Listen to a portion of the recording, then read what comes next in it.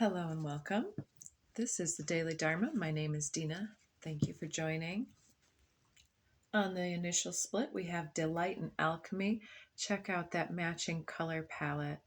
It's all about not only getting into the heart space, which can sometimes feel very deeply emotionally, what's the word? Almost overwhelmed. Even in the nostalgic way, it's like that bittersweet release point when you just hit the heart, where it's almost heaviness, release in the heart space. But this delight and alchemy here is the blending of the lower two chakras from there. So the second and third chakras, and even the first, the lower three chakras, not including Earth chakra, right? So we've got the colors red, orange, and yellow. Red being the root, our ability to ground into our situation, to feel connected and supported. And then we move into the emotional waters. So earth to water, and the water being the emotional depths, the nurturing and belonging, connectivity on a little bit deeper, more personal level than connection to the earth. And then the third chakra being the initial individuation process beyond the separation of root. And each chakra has its own task. And so each chakra has its own what do I want to say? I'm hearing fail safe or fallback. If you can catch the direction of the channel, it's kind of talking about each one has its own strategy and self-protectiveness, and based on different perspectives, it's navigational tools that we employ on the energetic level. And I'm seeing in this initial depiction the 8 to the 19. It's a different kind of heart activation that happens by going deeper than the heaviness. Let's keep going. We'll get more on that, but I love the colors. It's like the red and orange and yellow become the hues of pink and golden. It's as though this epiphany moment, and okay.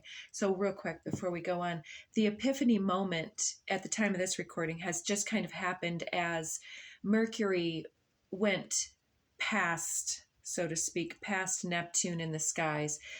And Neptune, it moves so slow, and Mercury so fast, that Neptune's been hanging out in that area of the sky for some time, and Mercury and Neptune representing certain amounts of illusion, delusion, and our spirituality and faith, our own magic in certain ways. And it's been learning a lot wherever it's hitting our charts becomes the point where it's more specific to our situation, but it's finishing up the last sign of the zodiac, Pisces, and becoming aware of any savior, victim, martyr, or somewhere around there complexes that self or other have portrayed for us, moving beyond issues of codependency and forms of coping that have potentially swayed into or mimicked addiction behavior. And so we're moving beyond that, but Neptune is the slower pulse of making those strategic changes in life that take some time to really integrate into our life. And then Mercury comes around, moving quite fast right now because it's going into a retrograde phase pretty soon here. So it's surpassing Neptune, saying that these issues are coming to light and we're making sense of them, and we're moving beyond them quite fast in this situation, whatever has triggered these old coping mechanisms.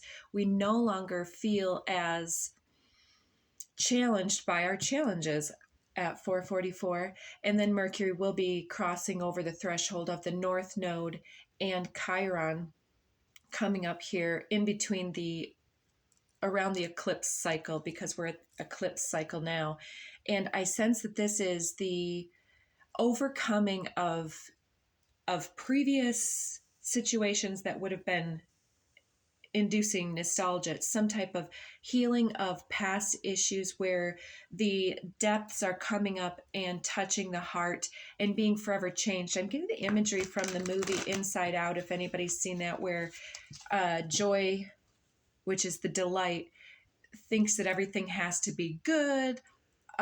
Everybody has to be positive. Let's not look at the darkness.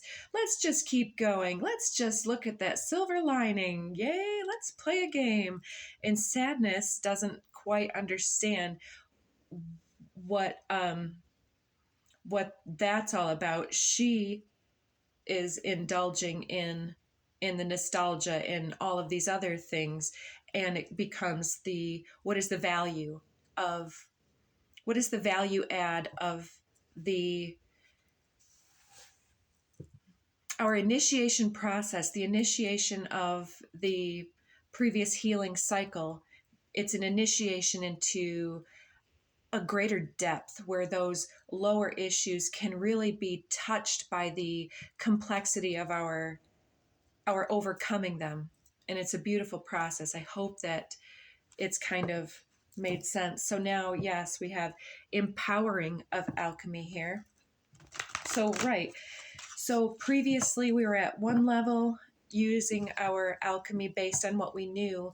And now at this eclipse cycle, something is being triggered off and we're able to look into it in a new way to integrate our passions. So passion has been coming up as well. It's almost just like that inner flame, that sacred flame of life itself and spirit embodied in the vessel, coming awake, coming alive, being able to witness and recognize where we have allowed things to distract us, or learning cycles have begged our attention, living in general, all these other elements that we've been juggling have perhaps there's this perfect opening we were seeing yesterday, this portal opening whereby we have this moment to really sit and reflect in a whole new way. And then as Mercury goes back and forth over this placement of Chiron and almost back to the North Node, it's like we're overcoming these older healing cycles. Yeah, let's go with that. Romantic love was the first card out on the board yesterday, 39. So for many of us, this has to do with our belief in romance, perhaps, or our belief in our ideals, our belief that we are lovable in that way.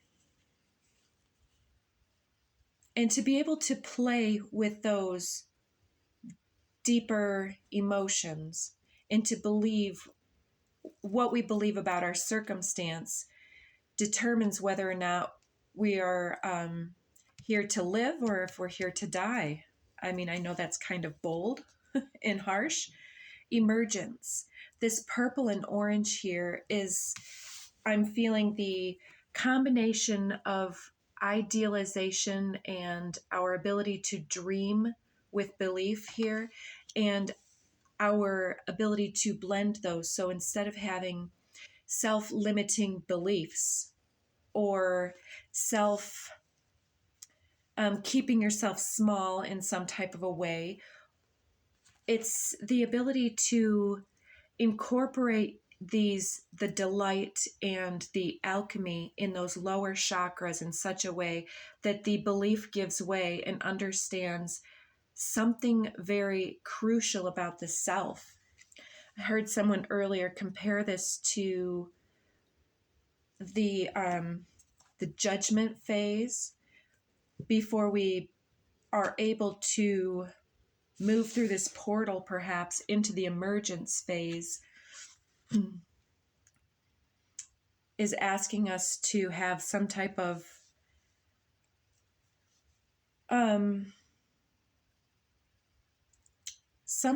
moment where we can look to our activation of our chakras in some way here. There's an activation perhaps of compassion for self or other, but it's almost like those inner beliefs and the way that we interact with our most precious and closest companions and partners in this life, the way that we are able to interact and integrate this healing is crucial to our self-belief, because we can't look away from the depths of who we are on some type of level. And so when we have actually looked ourselves in the eye, perhaps in the mirror, physical or symbolic mirror, there's this ability to say, yes, I showed up, I tried my best, and then I cleansed, I clarified, I came back, I tried it again, I'm not giving up, I'm showing up for life, I'm showing up with my dreams intact, and I'm ready to grasp onto all of my resourcefulness here with compassion and not judgment of self or other, any type of bitterness. It's like we're becoming better, not bitter, and assessing any deviations from our higher sense of self. We have throat chakra, number 5. Yeah, our ability to broadcast from that core central truth, honesty, our authentic self, takes the belief in ourself so that truth can emerge and not judgments and not envy or jealousy. It's instead of envy and jealousy, all we see is opportunity and inspiration. And the ability to broadcast this is multidimensional as well. It's not only about what we see and how we express ourselves through word, thought, deed, and behaviors, all of these things. It's not what we know. It's how we allow ourselves to see beyond apparent conflict, apparent duality, or differences in the mirror. And I'm hearing very clearly that many of us, when we look into the mirror, we don't see the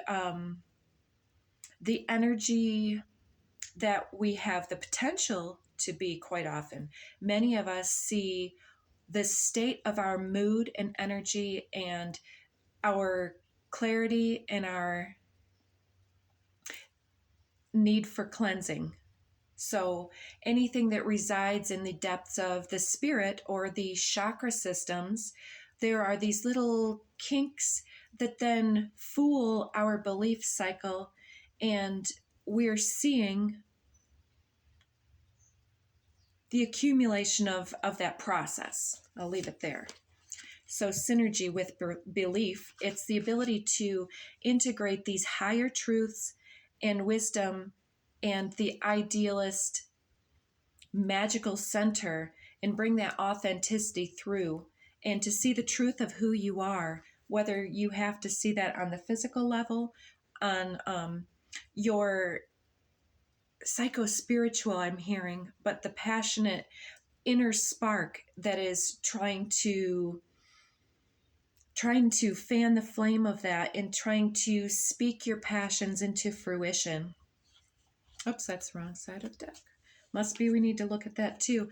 So yeah, here we go with that shift in circumstance. I think we've been channeling about having perhaps this feeling of having our back against the wall and the opportunity to stay in our center and witness things from that perspective of empowered, passionate self-belief and truth, compassion with all, the way that we work with spirit, or to be invited into the extremities of either idealizations and codependence in that way, or toxicity and competition frequencies in the other extremity. It's being in that center where we don't get pulled into the periphery and where we can focus very clearly on the matter at hand. And sometimes all of the multifarious, I'm hearing. The chores and the tasks that we feel obligated and challenged by in our daily life are also distractions too. So it's up to us to carve out time to self develop, because there's an emergence of your excellence here. It's an emergence or a promotion, whether physically or spiritually, energetically, on some level, or in romantic love. But the precursor to the manifestation is always the internal process of feeling it. Being love, being in love with life attracts life to love you back. And it's not like when we're negative, the world hates us. The world is neutral. Our energies are quite neutral, but often situationally charged. The emotions are here to give that fluctuation. It's the invitation for the waveform of light that passes through our very DNA and structure and form to switch in how is it going to project that light outward into its environment. How are we going to take that emotional energetic charge and then transfer and transmit that into influence and impact upon our environment. It happens on multiple levels. We're always working with the earth and with the energies at play, at work and at play. And there's something about, I lost my train of thought. It'll come back if it needs to. Here's the realization point under compassion. And this is drawing me back into the self-judgment aspect. And as we have compassion for ourselves, we're no longer as concerned about how we're being portrayed, how we're being received, because no matter how good we do it, no matter how perfectly we execute whatever it is that's our task in this life, in our growth process, there are those who cannot understand or will not be on that same wavelength, and that is just fine. And so there's this realization that the self-judgment is always self-perpetuated in a way, and that if we rise up to a certain level of inner security, which comes through that drawing the root upwards into the heart space, activating those lower chakras, and also bringing everything down into the heart space from the above. And it's that cosmic union, that center point energy, without digressing too far here, that allows us to activate our passions in that type of a way. So I'm going to have this be a little bit shorter than some of the others. I'm going to go into some oracles. I'd love to say I'm going to get back and get these other readings done for the zodiac signs. I have a few left to finish up. I'd like to get some eclipse energies for everybody. But I do have a job today. Busy. The threshold came out yesterday, an orchid priestess of destiny. So we're showing up to our destiny. We're standing on the threshold with our toe just barely touching the water. And I believe that this is Mercury that goes back and forth over that healing point of our north node of destiny with the Chiron, the wounded healer, but also the warrior healer. And it's a touch point where we touch it, we say, wait, I have this other thing I wanted to either bring with me or leave behind. Let me readjust my traveling light packet, satchel, packle. Here we have the Orchid Priestess of Destiny with Sri Bala. I love this one. It talks about the young maiden who is underestimated and feels outdone by the competition, by those who have come before. It's like, yeah, if you listen to the greats and compete with them, you will never shine. But to be inspired by them and bring your own self fully to the table with your own authenticity, that's when you shine. That's when that light hits your auric field and shows through the chakra systems with such clarity that you become the prism instead of the prison of all that energy.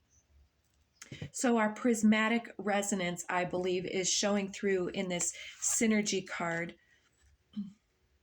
See those little bubbles coming out here. It's like joy bubbling up and being able to see through the illusion of self-recrimination.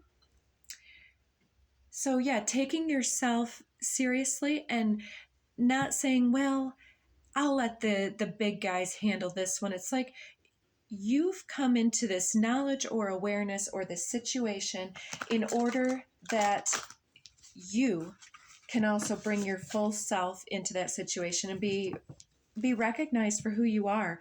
Have people realize that you have a truth emerging from the core of you that resonates deeply with them.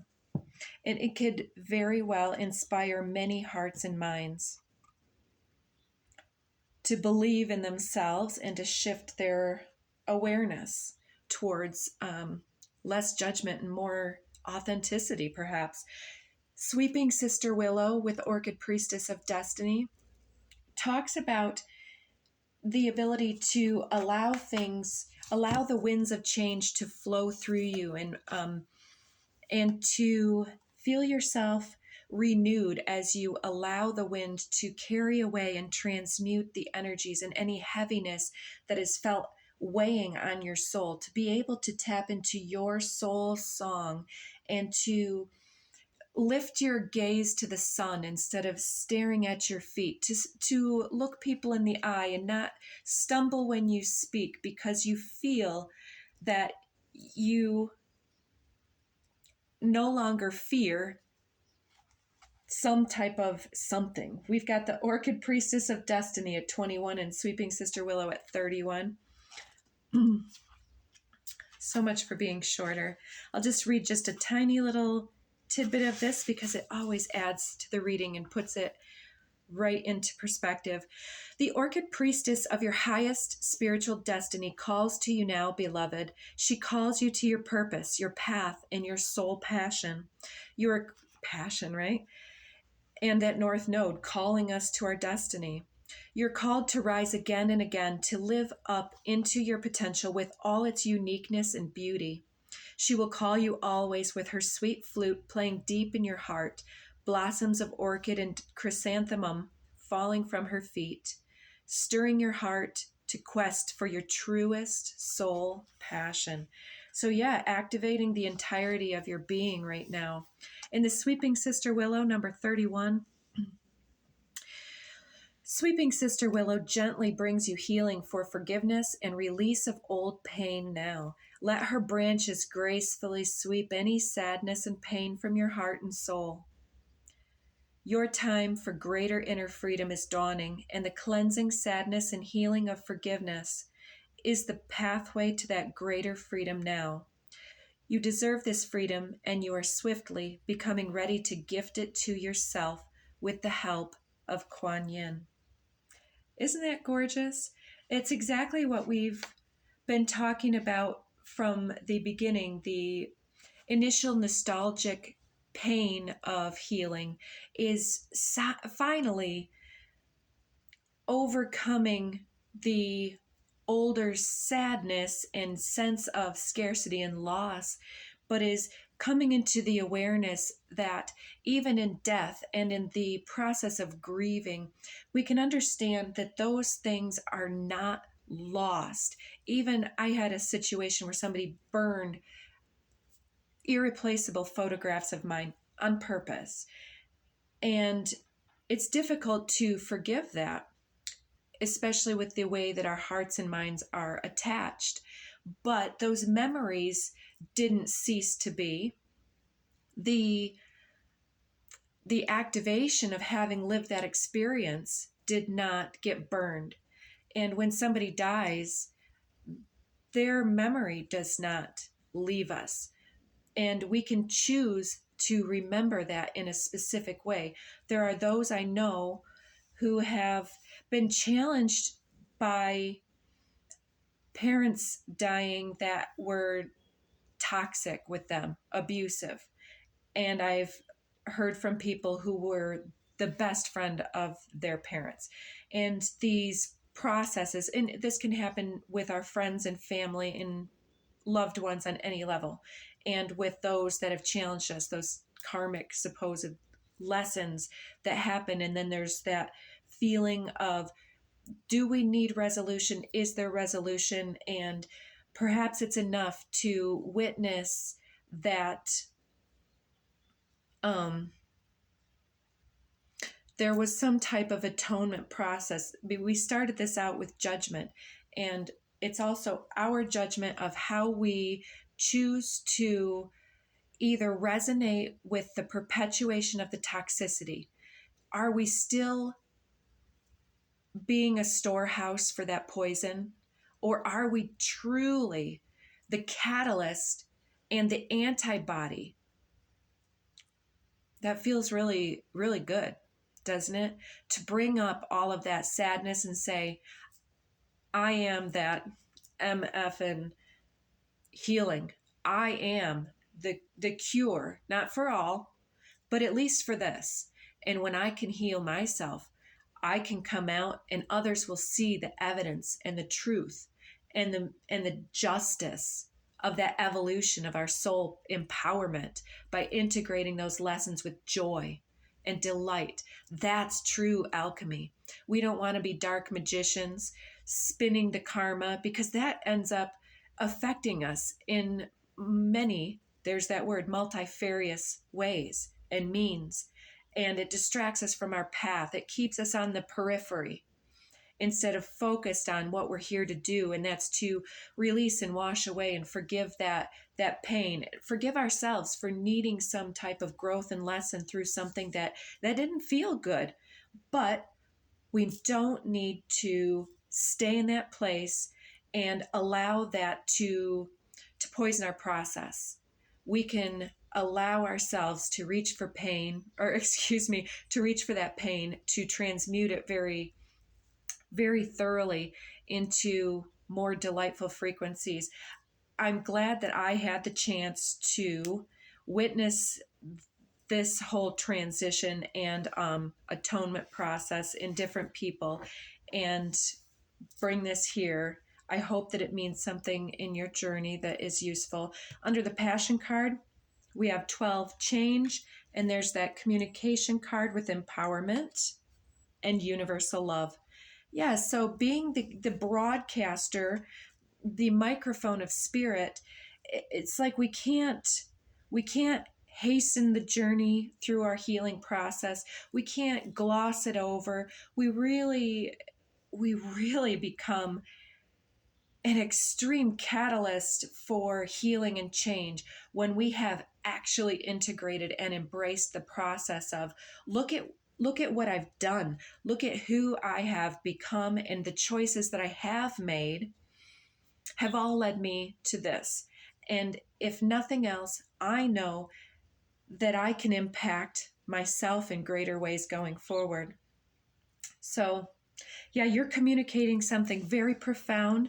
You are stepping into your calling and being an advocate for that change in others, helping others to move through this portal, even if it takes them and us all year and then takes them all decade. There's a quantum leap here, and a completion of a very long-standing cycle. And I'm hearing that you've already touched that healing water, and we're going to be rehashing just a little bit, reassessing, and then coming back and surpassing this level, and hopefully with those flying colors, with our magic. I'm seeing the sorcerer card that showed itself yesterday. Many paths.